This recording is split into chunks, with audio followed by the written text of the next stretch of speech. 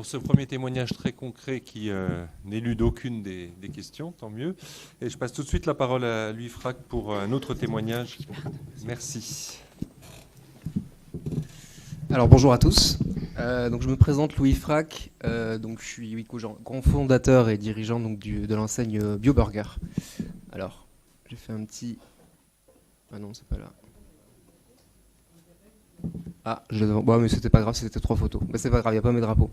Alors, donc BioBurger, nous, on est donc une autre enseigne 100% bio, mais on fait, comme son nom l'indique, uniquement des hamburgers en fait. On fait des hamburgers et des frites en mode fast-food, donc c'est comme un McDo, sauf que c'est 100% bio. On a une offre qui s'adresse autant aux carnivores qu'aux végétariens.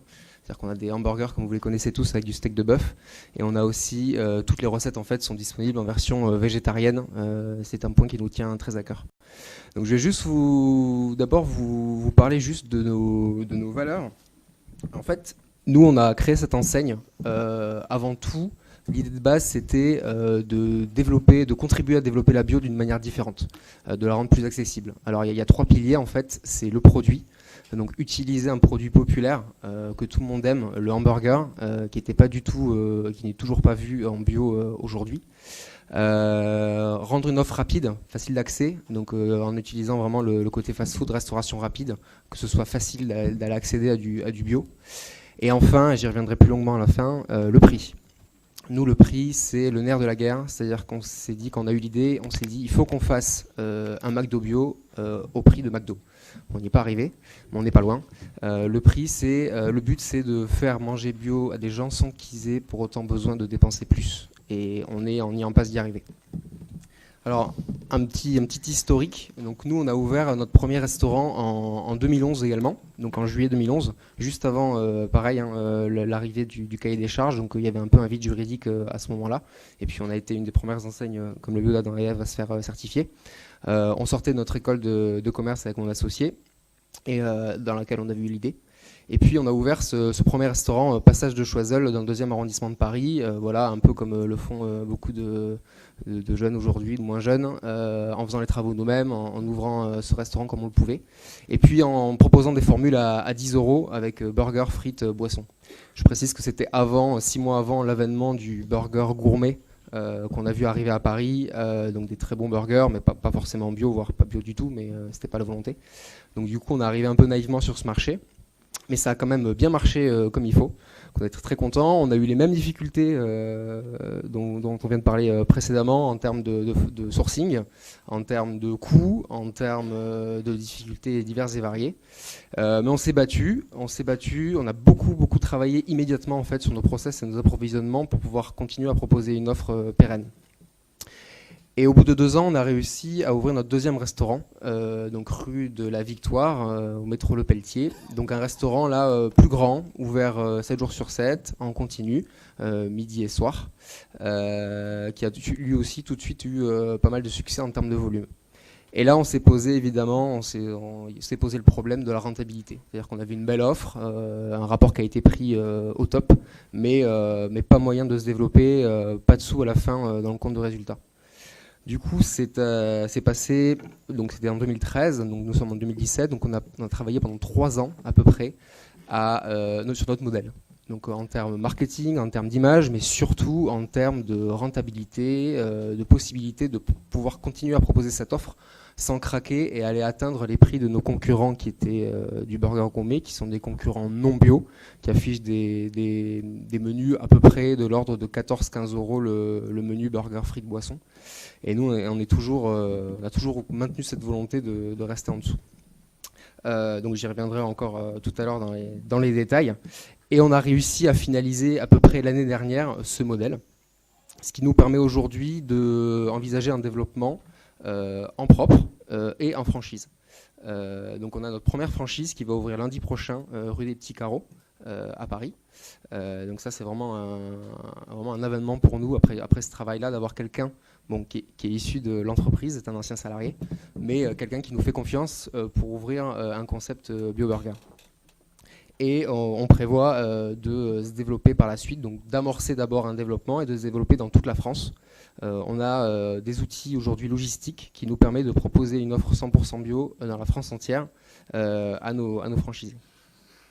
Donc aujourd'hui, BioBurger, à l'instant T où je vous parle, avant l'ouverture de du troisième restaurant, donc c'est 2 restaurants, on fait 1,6 million d'euros de chiffre d'affaires par an. Ça correspond à peu près à 140 000 burgers vendus par an. On a une trentaine de salariés et on commence à structurer la tête de réseau dans laquelle je travaille avec mon associé pour pouvoir continuer le développement. Donc, moi, je voulais revenir sur... là, je vous ai fait un peu dépeindre l'histoire de l'enseigne. Je voulais revenir sur des points assez précis. Donc, la certification... Alors bon, je me suis fait un peu devancer, donc je vais pas m'étaler dessus. Donc on a ouvert effectivement en absence de certification. Elle est arrivée à peu près 6 mois après. Donc nous, on avait déjà fait les démarches en amont, donc on a été certifié tout de suite. Nos 2 restaurants sont bien évidemment certifiés 100% bio. L'intégralité de nos produits sont bio. Il n'y a pas un seul gramme d'entorse à la règle. On peut aller jusqu'à l'huile de friture, bien évidemment, le ketchup, etc. J'en passe, tout est bio.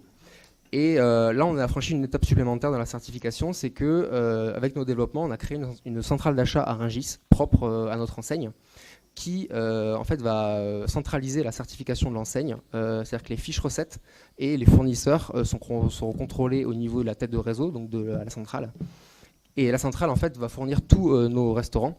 Et donc, les restaurants, les franchisés et nos restaurants propres n'auront plus qu'à passer un contrôle qui contrôlera bien évidemment la présence de produits bio dans le restaurant et la non-présence de produits non bio, et la comptabilité matière, et évidemment le certificat de la centrale. Du coup, on a un effet réseau aussi sur la certification bio et voilà, on a structuré ça avec le Bureau Veritas récemment. Et donc, c'est la 3e step, en fait, on va dire, de notre histoire de la certification. Et voilà, donc arrive le point le plus important pour nous. Donc, je reviens à nos valeurs. Je vais un peu plus les détailler. Donc nous, c'était rendre la bio accessible avec un nouveau moyen un peu inédit. Donc BioBurger, ça peut paraître très paradoxal à première vue, quoi. Le burger, c'était un peu synonyme de junk food, et la bio, pas du tout. Et nous, on a voulu montrer que ça avait tout son sens. Donc le burger, en fait, pour promouvoir l'agriculture biologique d'une façon différente et arriver à faire consommer bio des gens qui ne seraient jamais entrés dans un Bio C'est Bon, dans un Naturalia ou autre. Donc le burger, en plus, on a profité de cette vague qui est arrivée juste après nous, un produit ultra populaire qui passe, alors je connais plus les chiffres tellement qu'ils augmentent jour après jour, mais voilà, c'est le sandwich le plus consommé en France, etc., etc. Et donc les gens, en fait, aujourd'hui, ils rentrent chez nous pour manger des hamburgers qui sont moins chers que la concurrence. Et donc ils vont découvrir en fait l'agriculture biologique. Ils vont arriver à scinder en fait le fait que l'agriculture biologique, c'est pas forcément light, c'est pas forcément végétarien, c'est pas forcément sans gluten, etc. L'agriculture biologique, c'est un mode de production, un cahier des charges, mais on peut aussi se faire plaisir, on peut aussi faire des petites entorses et manger des frites bio. Donc ça, c'est le premier pilier. Le deuxième pilier, c'est la rapidité. Le but, c'est de proposer de la restauration rapide, 100% bio. L'accessibilité des produits bio en 5 ans a pas mal évolué, hein, c'était pas la même chose il y a 5 ans, mais ça reste encore, voilà, faut aller chercher, faut aller trouver. Nous, on arrive chez nous et on a à cœur en fait de servir nos clients le plus rapidement possible et que les clients n'attendent pas. Ce qui me permet de rebondir sur le 3e point qui est le prix. Donc, comment on fait pour être rentable et pouvoir se développer avec des prix qui sont 20 à 30% moins chers que la concurrence non bio? Ça passe par la rationalisation. On a travaillé depuis le début là-dessus. Donc la rationalisation sur plein d'aspects. En amont, au niveau des approvisionnements. Donc on est tout de suite passé le plus directement possible par nos fournisseurs. Et au fur et à mesure qu'on s'est développé, on est arrivé à avoir là quasiment l'intégralité de nos fournisseurs en direct. Donc en supprimant les intermédiaires qui prenaient parfois peut-être une marge trop conséquente par rapport aux services à apporter pour nous, jusqu'à la création de la centrale d'achat. Donc là, on a vraiment une structuration des achats qui nous a permis de faire énormément d'économies. Et le deuxième pilier, c'est la confiance de certains fournisseurs au concept qui nous ont suivis malgré des volumes pas très importants au début. Ensuite, il y a le process dans les restaurants. Donc de la gestion, tout simplement, de la gestion, de la mise en œuvre de process pour assurer donc, cette rapidité de service qui permet de faire un volume conséquent, qui permet d'avoir un nombre de burgers vendus par tête, par employé, élevé. Et donc, du coup, d'avoir une masse salariale, paradoxalement, moins élevée parce que tout est bien structuré dans le restaurant et tout est bien rationalisé. La carte réduite, l'offre segmentée, évidemment. Aujourd'hui, pour arriver à faire quelque chose de compétitif, il faut se réduire à une offre la plus restreinte possible, si possible, ce qui permet de faire des énormes économies et d'avoir des pertes qui sont proches aujourd'hui dans le restaurant BioBurger de zéro. On a une logistique qui nous permet de mettre en place une perte. Voilà, on a quelques frites pré-cuites le soir qui sont jetées, on ferait très attention. Du coup, perte quasiment à zéro. Et enfin, et ça c'est pas des moindres, c'est qu'il faut faire des efforts. Notre business model est rentable, il nous permet de se développer, mais on n'aura jamais vraiment la machine à cash que sont certaines autres enseignes de restauration. Il faut l'accepter, c'est un autre mode de développement d'entreprise, c'est un autre mode de croyance qui, je pense, pour moi, est plein d'avenir.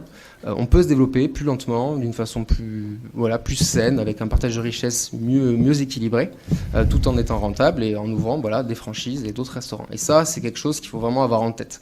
Aujourd'hui, je pense que dans la restauration, il y a de la marge pour arriver à ce genre d'équilibre.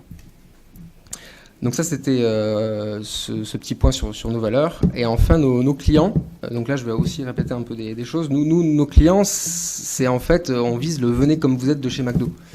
On s'adresse à tout le monde. On veut que tout le monde vienne chez nous et que tout le monde découvre en fait la bio d'une façon différente. Et donc, je répète pareil, vu que c'est bon, c'est rapide et c'est pas cher, il y a des gens qui rentrent, pas forcément parce que c'est bio, et on arrive à les faire manger bio. Alors, c'est un peu provocateur, mais à leur insu presque. Ils mangent bio, bon c'est bio, tant mieux. Il y a des gens qui s'en rendent compte, il y a des gens qui s'en rendent pas compte, mais en tout cas à la fin, ce midi-là, ils auront mangé chez nous, ils auront mangé bio, ils n'auront pas mangé conventionnel. Et donc là, je reviens également par rapport à nos clients, la perception qu'ils ont. Donc il y a encore beaucoup de travail à faire sur la perception de la bio par rapport aux amalgames qu'on peut avoir sur ce que c'est vraiment. Et là, on sent qu'il y a vraiment effectivement une dissonance entre ce que c'est et ce qui est perçu par la bio, agrémenté par effectivement d'autres concurrents ou d'autres enseignes, d'autres n'importe quoi qui font ils font une communication floue autour de la bio et qui brouillent les pistes. Et ça, c'est très important que tous ensemble, on arrive avec notre communication, avec l'agence bio, etc., à rendre plus audible en fait ce que c'est la bio. Et ça, c'est pour ça que nous on s'inscrit. Voilà, le burger bio c'est possible, donc tout de suite ça pose des questions. Ah bon, c'est pas light? Ah bon, c'est pas végétarien? Voilà. Donc il faut continuer là-dedans et ça progresse. Hein, donc on va y arriver à mon sens. Et enfin, la dernière chose que j'ai entendue tout à l'heure, la défiance. Donc on est dans un climat aujourd'hui de défiance énorme de la part énormément d'institutions, tout genre, de politiques. Enfin bon, je vais pas en rabâcher, on en sort à peine. Et aussi, moi je me targue d'être 100% bio, mais il y a des gens, des collègues, donc des amis de mes employés qui doutent. Alors, mais tu crois que maintenant que tu bosses chez lui, c'est vraiment 100% bio? Oui, c'est 100% bio. Ils doutent. Et donc en fait, pour enlever les doutes, le but c'est d'être transparent. Aujourd'hui, il n'y a pas de transparence, même chez mes concurrents ou autres, on se targue d'être burger gourmet, d'avoir des bons produits, mais en fait quand on creuse, il n'y a rien, on n'a pas d'infos. Et là, on est en train de travailler dessus. Le but, c'est de montrer tout à nos clients, de montrer nos fournisseurs, de montrer nos coûts.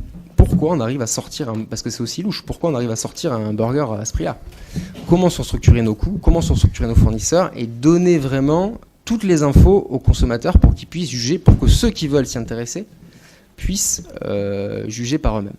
Et ça, je pense que c'est pareil, il y a beaucoup d'entreprises qui doivent, à mon avis, s'en soucier. De plus en plus transparent, c'est la volonté des gens. On en a marre de l'opacité ambiante dans tous les domaines.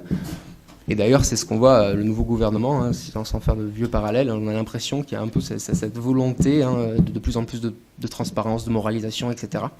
Et je pense qu'il faut rentrer dedans, rentrer à plein dedans. Et en tant qu'enseigne bio, on est les pionniers pour ça. Voilà, je vous remercie beaucoup.